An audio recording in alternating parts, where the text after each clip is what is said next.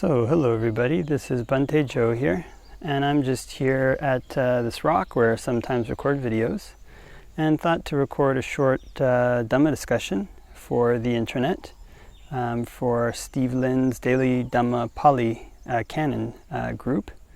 And so I thought that could start with a little meditation, so we can lean forward and arch the spine, and look about 3 feet in front, and close our eyes. And can focus in on the breath.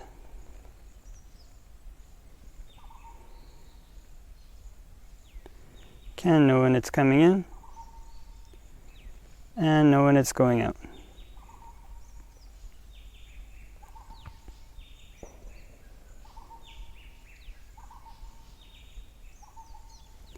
If one breathes in a long breath, can just know I'm breathing in a long breath. And if one breathes in a short breath, can just know I'm breathing in a short breath.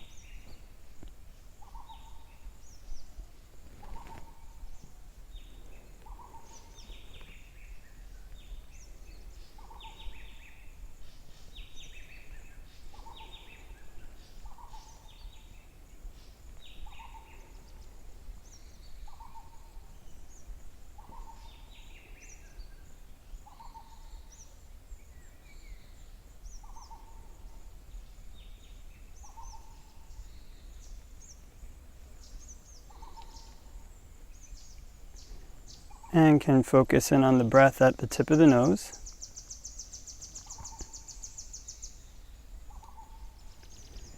And if notice any patterns of tension or tightness around the nose, around the face, can just let those relax.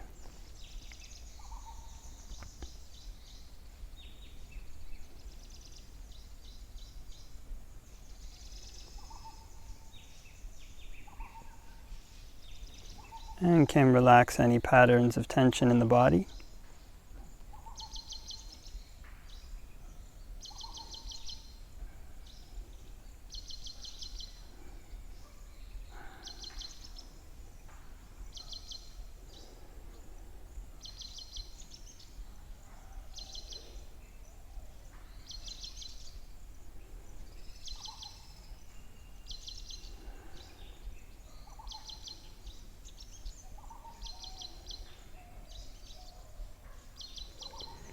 And can let awareness spread until it fills one's whole body.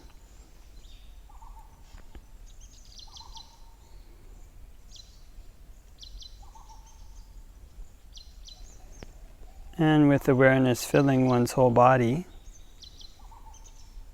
one can practice whole body breathing.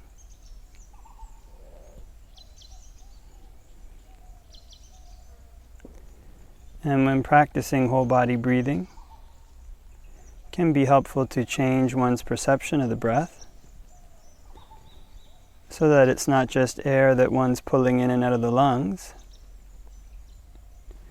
but it's a kind of energy that's all around and coursing through the body. And it's possible to pull it into and out of every pore. Almost like one's body was a big sponge.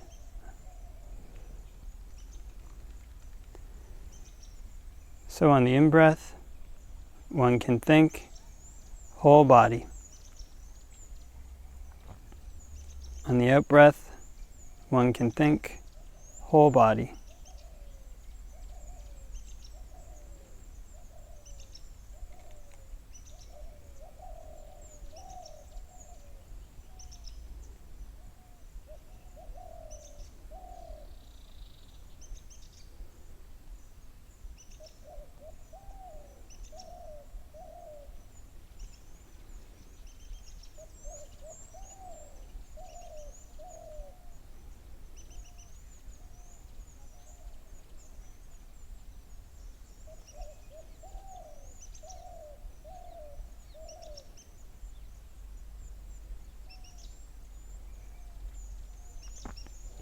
And before we finish meditating, can spread thoughts of goodwill,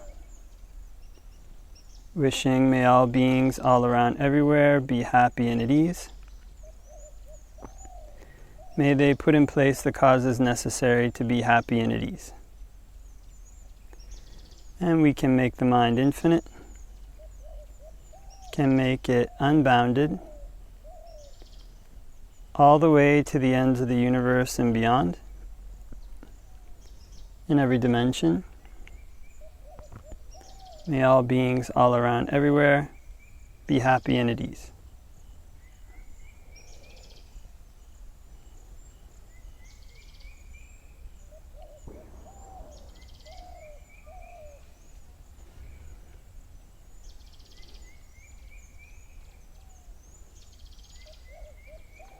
Okay, and can open our eyes and do a short Dhamma discussion for the internet. Namo tassa bhagavato arahato samma sambuddhassa. Namo tassa bhagavato arahato samma sambuddhassa. Namo tassa bhagavato arahato samma sambuddhassa. Buddhaṃ saraṇaṃ gacchāmi, Dhammaṃ saraṇaṃ gacchāmi, Saṅghāṃ saraṇaṃ gacchāmi. Tatiyampi Buddhaṃ saraṇaṃ gacchāmi, Dutiyampi Dhammaṃ saraṇaṃ gacchāmi, Dutiyampi Saṅghāṃ saraṇaṃ gacchāmi. Tatiyampi Buddhaṃ saraṇaṃ gacchāmi, Tatiyampi Dhammaṃ saraṇaṃ gacchāmi, Tatiyampi Saṅghāṃ saraṇaṃ gacchāmi. So hope that everybody is having a great day wherever it might be. And Steve Lynn had asked about recording a Dhamma talk for a series he's doing in his Facebook group, and asked about doing the portion. He's doing a series on right speech, and asked about the portion for lying, if I'd be willing to say some things, cover a talk about lying.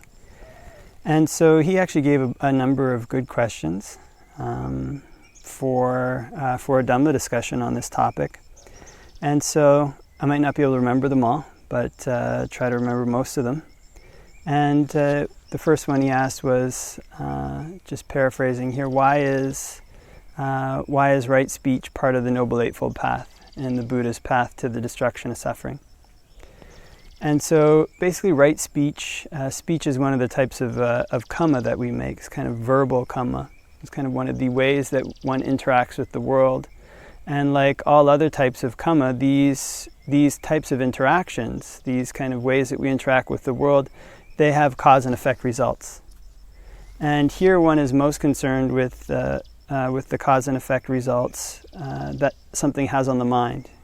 Training in Buddhism, kind of course concerned with the outer results, the effect it has on other people, but mainly looking in terms of the effect it has on one's own mind.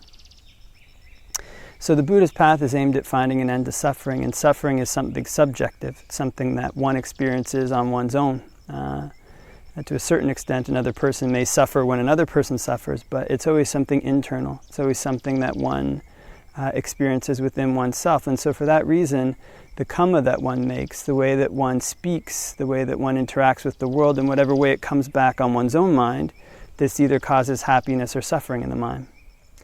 And so when one speaks in an appropriate way, in a skillful way, it can actually be something that both brings harmony outwards, brings happiness outwards, brings benefit outwards, and that outward benefit gets reflected back inside. So that whatever a person brings out into the world in terms of speech becomes reflected in the positive mind states that one has within one's own mind. And so, of course, this is a foundation for one's meditation practice. This is a foundation for one to move forward in discerning the truths that the Buddha taught about. One has a kind of calm, unruffled, happy, easeful mind. This is the ideal situation, or one of the ideal, could be even more ideal, I suppose, but this is a good foundation for one to investigate into the truths that the Buddha talked about for the sake of realizing them for oneself. So one may think of right speech as being important on the Noble Eightfold Path in this way. And another question he asked was what is lying? And so actually it's interesting, this question in and of itself is more complicated than one might think. In the monks' rules, in the Pali Canon, in the Vinaya, basically it lists the kind of ways that a person can lie and says, I've seen, a person says, I haven't seen when they've seen. A person says, I've seen when they haven't seen. I haven't heard when I've heard. I've heard when I haven't heard. It goes on for the different senses. Maybe as well, I haven't thought when I have thought. I did think when I haven't thought. So basically one explicitly conveys false information, and they list different ways, by word, by song, by many different things, and also they even say by intimation. So on the surface, what this basically seems like it means is if somebody were to ask one a question, like if one's wife were to ask one a question like, do you like my dress, then one would have to say either yes or no, depending on what one felt. So the interesting thing in the canon is that this aspect of telling a lie or telling the truth, it's different than what it seems different, at least. This is the interpretation that most monks I know would take, is that it seems different than one might think of in Western culture. In Western culture, there's this oath that people take when they go up on a stand, which is, I vow to tell the truth, the whole truth, and nothing but the truth. But in Asian culture, the truth has all these different shades to it, which means that one doesn't always have to tell the whole truth, in the sense that one wouldn't always need to blatantly tell every person exactly what's on their mind, exactly, just bluntly say very kind of blunt truth. And so this is what gives range for livability in this precept. There's a kind of a story about Jivaka, the doctor, and kind of the Buddhist physician. And there's a whole list of incidences. It goes through. It's basically about him using speech in a way to kind of move in and out of tricky situations. And it's basically the story of his life, and goes through the story until he gets the Buddha to consent to accepting householders' robe cloths. In any event, there's one portion of that story where Jivaka gets sent to this king named Chanda Pajota, which I think is you can translate as violent Pajota. This kind of very violent king who kills people. There's a story about him. He's a kind of very cruel king, and he has this I think jaundice, and Jivaka knows that he can only be cured from his jaundice by drinking ghee. So Jivaka goes to him and says, "Okay, I'll boil some ghee for you." And King Chanda Pajota says, I don't want to drink any ghee. Do it, you can do other things to me, but not ghee. It's kind of basically saying this. And so then Jivaka thinks, well, what if I were to boil up some ghee so that it had the smell and taste of an astringent decoction? So he does that. But beforehand, he goes to the king and says, it would be good if you let me, I think he says, at a time like this, doctors are often gathering herbs. So it'd be good if you made a command. Whenever Jivaka wants to go, by whatever gate he wants to go, let him go. Whenever he wants to come back, let him come back. So the king commands this before Jivaka gives his ghee. And then Jivaka gives the ghee, and he says, drink an astringent decoction. So the king does, but by that time Jivaka's already taken off on this very fast elephant. So the story goes on, but basically there's two things there, and that basically, on the one hand, Jivaka, one could say he was telling the truth. And probably at times like those, when one is treating a patient, doctors are often gathering herbs. The other one is that when he said drink an astringent decoction, it's likely that he may have mixed astringent decoction medicines in there, but ghee was also there. He didn't tell King Chanda Pajota. Now, if King Chanda Pajota had asked him, is ghee in here? And Jivaka said, no. That would be a deliberate lie. But in this kind of way of looking at it, King Chandapajota, he just says, drink unastringent decoction, the Pali is a little different, but basically intimating that this is a type of astringent decoction, perhaps, then this is something that appears would not come under this rule, come under the precept about lying. However, this is something that a person would have to be very, very careful with. What it means is that one has a certain amount of kind of wiggle room in discussing with people. One can use speech that's ambiguous if one is in a situation where people are intending to do one harm. Ambiguous doesn't mean false. It kind of means one can state things in a way that's more ambiguous, give less information than one might normally give. I was once on a subway, and somebody asked about this precept for not telling lies, and they said, well, how can you live? If you have to tell everybody the blatant truth, what you think of them all the time. And then explain to him about this. Well, there's ways that one can speak in such a way that one is not telling a lie, but is not telling the brutal truth as well. So this is a difference between what we might call the ways that people look at truth in Asian culture, the ways that people look at truth in Western culture. And it also appears as a difference in the Vinaya, in the way that the rules are laid down for monks. If somebody specifically says, I've seen, and they haven't seen, that's a lie. But there's this case in the canon as well where the monks, in Parajika 4, where monks, this is a rule where monks, if they tell a deliberate lie about their attainments, they say something, if a monk says, that he has some attainment that he doesn't have, then he gets a parajika if he says to a human.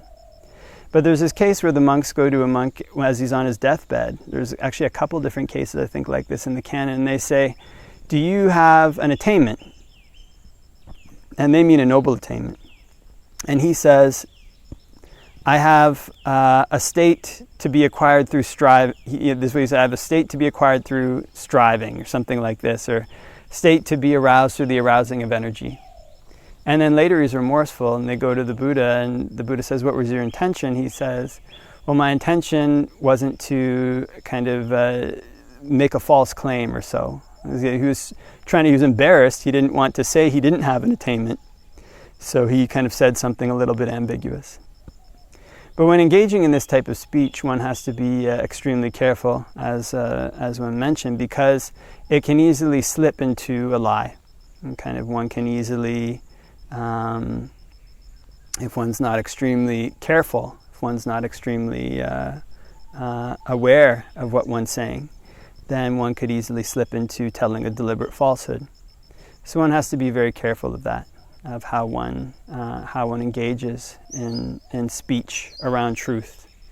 In general, it's always best just to speak, or it can be best, just to say. But again, this doesn't mean that one just bluntly says everything. There's so many different ways that one can state the truth, and one has to find this. This is what one learns as a monk. One has to find this skill. The way that one would state a truth to a junior monk, one who's junior to one, is very different than the way one would state a truth to a senior monk. What the speech that one uses, the words that one uses, the way one approaches it, all would be different.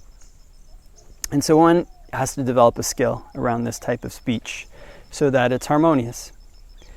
And Steve actually asked, what are the consequences of lying? And there's maybe, in the Buddhist teaching, basically the kammic consequence is that one basically gets false reports spread about one. That's the least, but one can also end up in hell or the animal realm.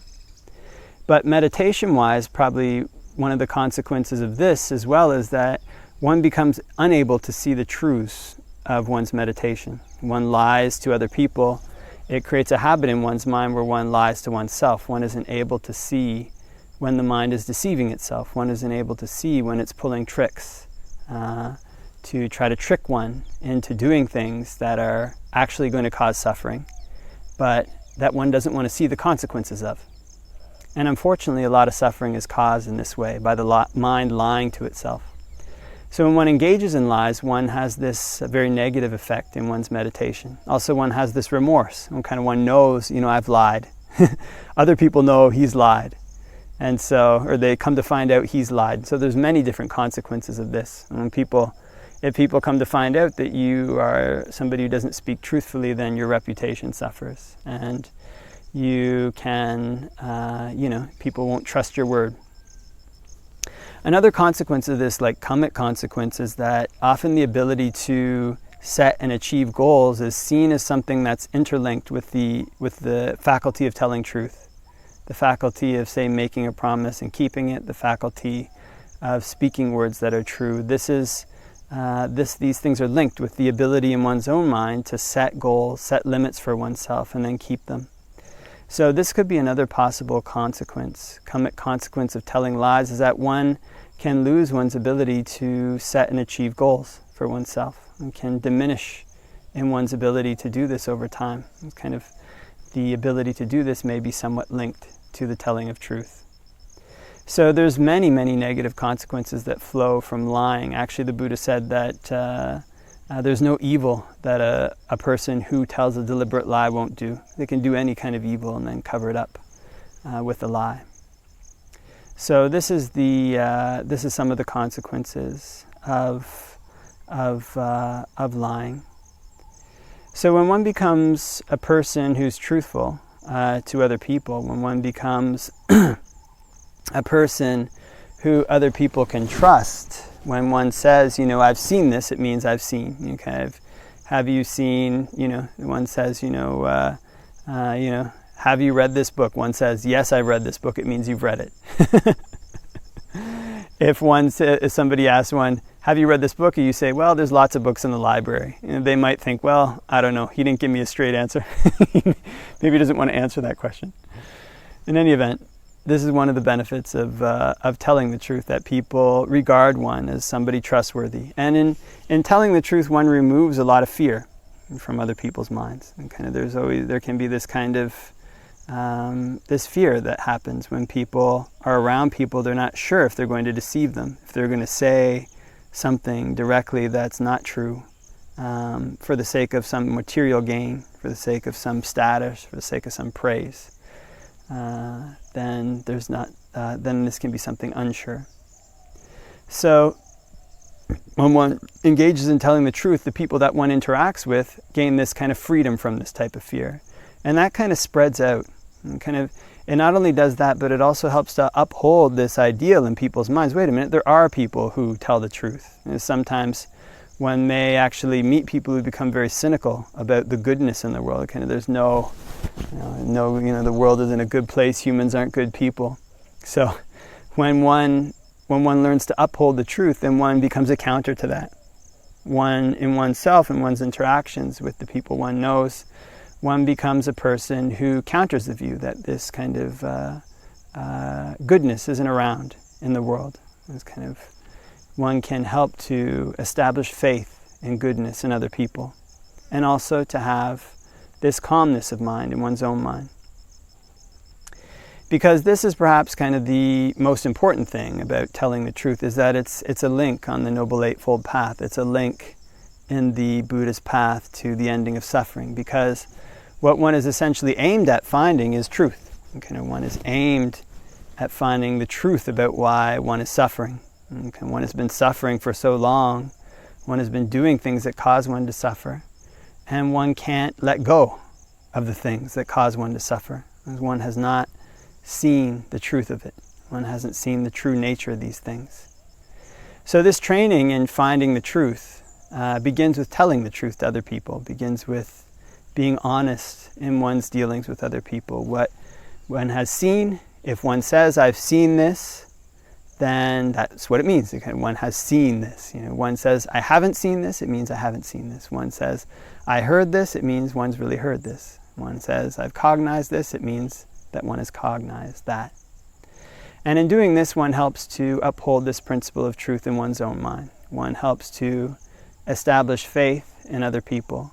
And one helps to train one's mind to see the truths that are inherent in nature, to see the truth of why one is attaching to things that cause one to suffer, and hopefully to let those things go. And this is where the truth, where one's training in truth tends to culminate, in the ability to cut off the things that one clings to with false beliefs, with false hopes, with false attachments that cause one to suffer. Okay, so leave that for reflection, and wishing everybody the blessings, the benefits of Dhamma practice. Pati Pati Saranai.